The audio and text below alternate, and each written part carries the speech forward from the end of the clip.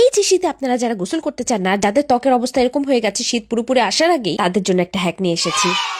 চলুন তাহলে প্রথমে রেডি হয়ে যাই। শীতে কিন্তু এরকম একটা সেরামাইড যুক্ত ক্রিম খুবই প্রয়োজন, কারণ সেরামাইডস একদিকে আমাদের ত্বককে এই ঠান্ডা বাতাস এবং এই হার্শ ওয়েদার থেকে রক্ষা করবে, আবার অপরদিকে আমাদের ত্বকের ভেতর থেকে যেন প্রয়োজনীয় পানি বের হয়ে না যায় সেটাও নিশ্চিত করবে। এরকম ছোট্ট একটা সেরামাইড যুক্ত ময়শ্চারাইজার কিন্তু শীতকালটা কাটিয়ে দেওয়ার জন্য যথেষ্ট। একটু ভারী হবে যেন সেটা আমাদের ত্বকের উপরে প্রোটেক্টিভ লেয়ারটা তৈরি করতে পারে। তো আসল কথায় ফিরে আসি। নরম টাওয়াল অথবা এরকম ছোট্ট নরম কটন প্যাড পানিতে ভিজিয়ে সেটা দিয়ে মুখটা মুছে নিয়ে মুখ ভেজা থাকা অবস্থায় সেরামাইড যুক্ত ময়শ্চারাইজারটি অ্যাপ্লাই করুন। সানস্ক্রিন ব্যবহার করলে এত বেশি লাগবে না পরিমাণে, এর থেকে অল্প একটু নিয়ে অ্যাপ্লাই করলেই সকালের স্কিন কেয়ার রুটিন কমপ্লিট। মূলত ভেজা ত্বকে হাইড্রেশনটা এই সেরামাইড যুক্ত ময়শ্চারাইজার ধরে রাখতে সাহায্য করবে।